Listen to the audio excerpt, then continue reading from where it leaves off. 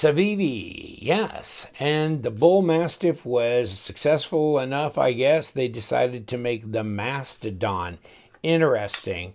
Different colors, and they have a mini Mastodon and a full size. And you can see the Mastodon is 9CR18 MOV, G10, stainless steel liner, and it's a liner lock knife. And here's the lockup on it, about 25 to 30%. The grind looks good. It's stone washed. It's not contoured, it's flat here, but it's really is a coarse grain on here, so should have good grip. It got a front choil here. And it's interesting because, you know, the Bullmastiff is basically the same knife. I mean, I put them together, and I don't have my mini Bullmastiff anymore. But look at the full size. I mean, look at the scales. It's the exact same knife, right? The blade is the exact same knife. You can see the grind, the choil, you know, the shape of the blade. And I believe that they're both 9CR18 MOV knives. So the exact same materials, right or left hand, tip up, deep carry, pocket clip. But this one, you don't have a fuller in it, and you've got a hole there. Now, maybe somebody was saying what a great idea it would be to do the Bullmastiff in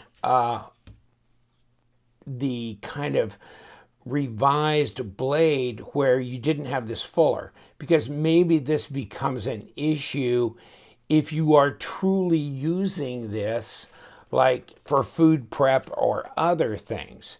And there's your contact patch. Not bad considering it's a flipper, right? And here's this.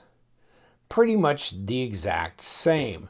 But you don't have this fuller, so you got this flat, really tall grind that should function maybe better overall for certain types of cutting, chopping. And yeah, it's sharp. And then again, you've got the mini, and this is the mini Mastodon. Okay.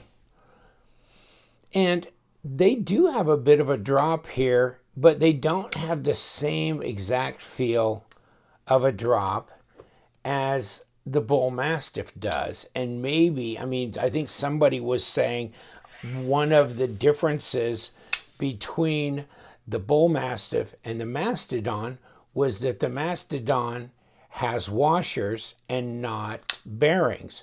So we will disassemble the Mastodon and take a look, because I did a review on the Bullmastiff, and you can see it's got ceramic bearings on it. And so that would be a difference. That and the blade shape. Other than that, it's the same knife. So let's take a look at the size differential between the mini and the full size.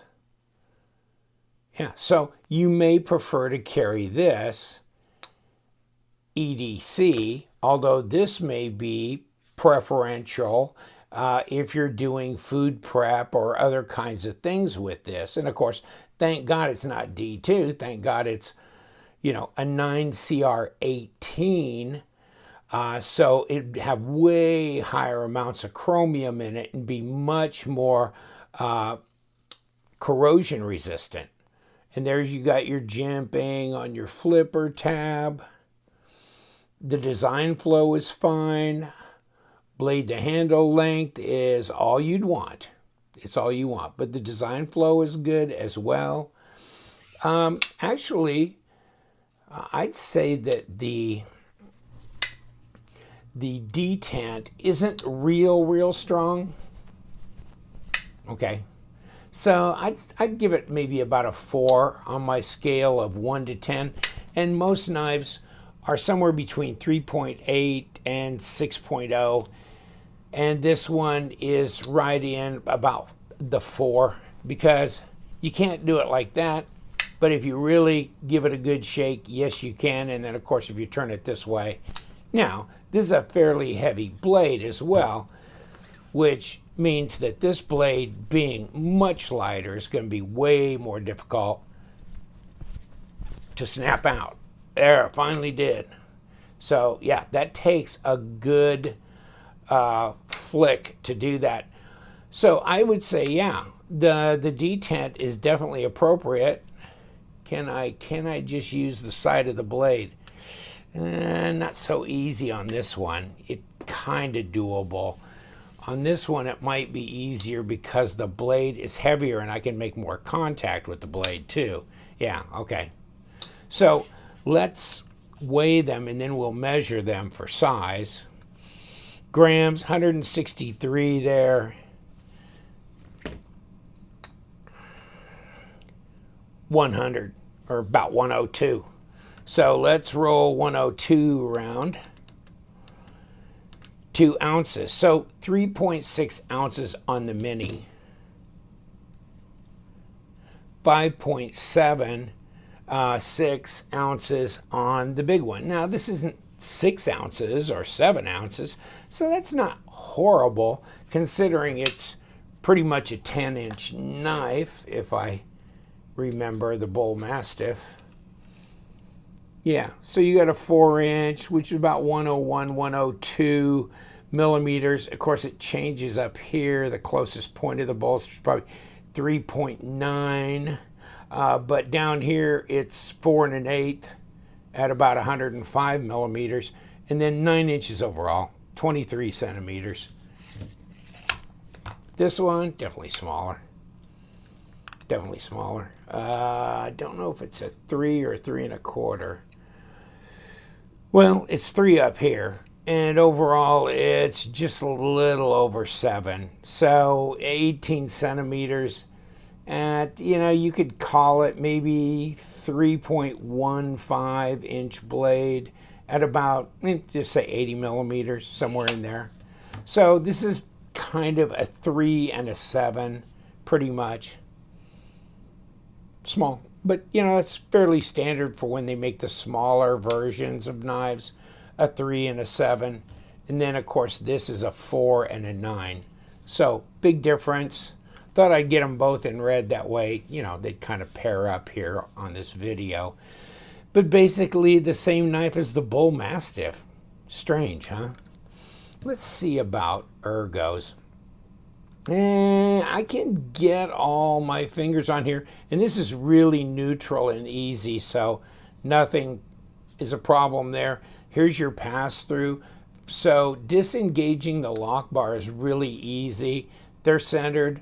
I'm not getting any blade play or lock rock on either one of these. There's no problem there.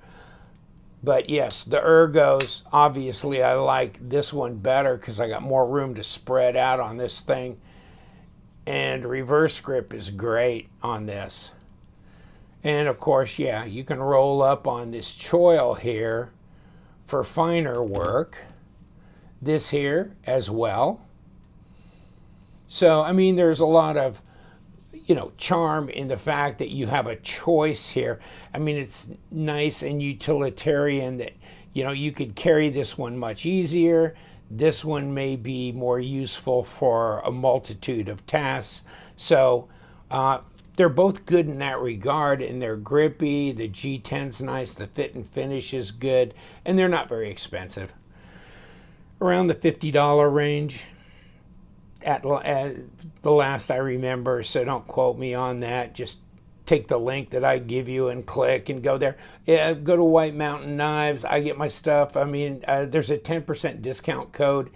LTK is the code, so you can go there. That works for any knife, not just these. Any knife on their site for as many times as you want to use it. Okay, so on any knives or anything, I believe, on their site. So they don't just sell knives. So that's a good thing. That helps, always helps.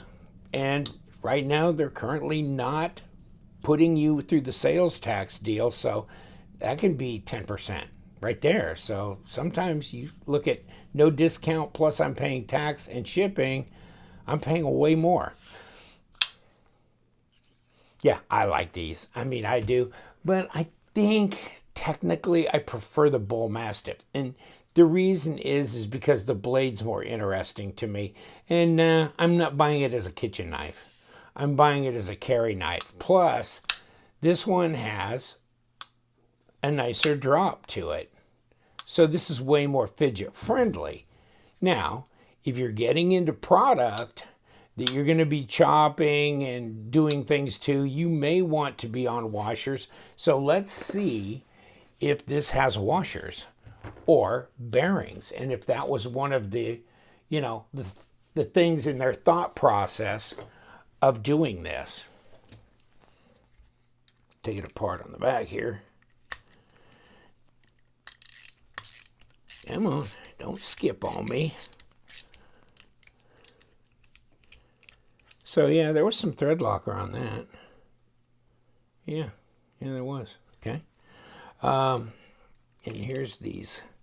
These are little number 8s. Now they're coming out easy. And this one too. And we got a little bit of thread locker. It felt like I hit on that one coming out. Okay.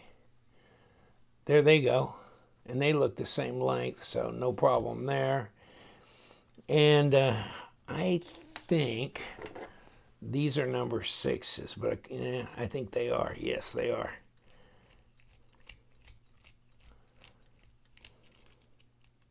Oh, shoot. Yeah, you need to get out of there, buddy. And you too. Okay, so these are easy to figure because they're number 6s. That's the only stuff that goes with the pocket clip. There goes the scales. I don't know if I needed to take that pocket clip. I didn't need to take the pocket clip off to take this side here because you can see those screws don't go into anything when they go through the pocket clip. So, okay, I didn't need to do that, but I did it anyhow. And let's pull this off. And you're right, it's a washer. They're not bearings, okay? So absolutely, ceramic bearings on this one, but not on this one, okay? Which, that makes sense then. I mean, if you're going to make it utilitarian where you can hang it on a hook or whatever, and you're making the blade, less likely to hang up on product that you'd be slicing or chopping, then okay, it makes sense to do it in washers to, give it the ability to not get a lot of stuff gunked up in the bearings. These washers, they're flat against both the blade and the liner, and so you're not going to get things between them or in them. You might get them kind of around, but that should be easy to flush out, so without having to disassemble it. And there's your backspacer, lanyard hole, etc. And of course your holes for your left-hand carry if you want to do that. And then right here is your little notch that's in the head of your presentation side of the pivot, and that notch fits right onto that notch there. So it won't turn, okay, when this is in. And that's a good thing. So we'll just throw this back down, but if this is not lined up correctly, then it won't sit down until it is. And now it is, okay? So now we can just throw the washer back on, and I don't care if I put lube on a bronze washer or not. It'll be fine. And then let's put the other washer on, the liner on, and all that should lay down fine. Then we can just put the scale back on, and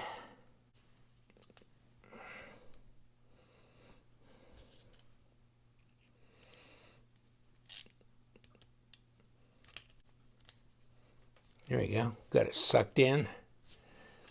And we got a couple of screws here, body screws, that are number 8s. So let's get them popped in place.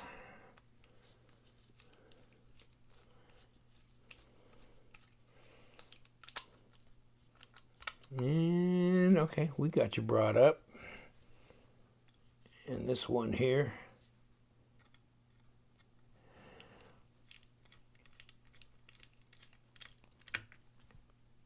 There we go. Okay, let's get our pocket clip figured out here. Get these suckers through this hole. Whoop, whoop, whoop, whoop. Okay. Come on, boys, both of you. There you go.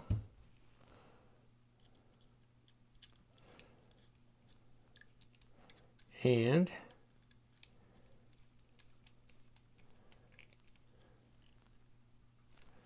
okay.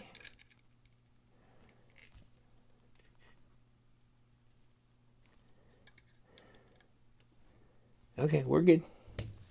Now, are we centered? Yeah. What's the action like? It sucks. Whew. Well, I think I got her locked down all right. That's one thing about washers. You can't step on them too hard or you'll lose the action that you had. Okay, so let's maybe adjust this and see how much we can kind of break it open without losing our centering, which we haven't lost it, yet keep a nice drop. Nice bronze washers, so there's nothing wrong with that. It really has a nice drop to it. Of course, it's a pretty heavy blade, but I mean, that's not bad. And are we loose? No, we're not. So actually, we could back it off. I mean, because if you tighten this way up, you'll never even get the knife open because you can just step down on those washers hard. But yes, but you can also back it off and kind of choose your action level here without taking it off center or giving it any play. So it does give you a little bit of adjustment room, and it's nice. So back with the Mastodon and trying to figure out why would they do the Bullmastiff all over again. Well, I think we've kind of answered that question. It's more utilitarian and practical for certain types of tasks than is the Bullmastiff with this big, deep fuller. This one is going to be more sensible. If I was going to do some food prep or that kind of work, then yes, this would be the one I'd choose. Plus, it's got washers, but it hasn't destroyed the action. It's still nice and fidgety. Otherwise, hey, good. And of course, I love cleaver knives anyhow. So, you know, I love a good cleaver, don't you? And I like, so yeah, I mean, a sucker for that. I'm all in. I'm going to leave you to it. Thank you so much. Somewhere around here, it says, we love them knives. So you guys, stay sharp.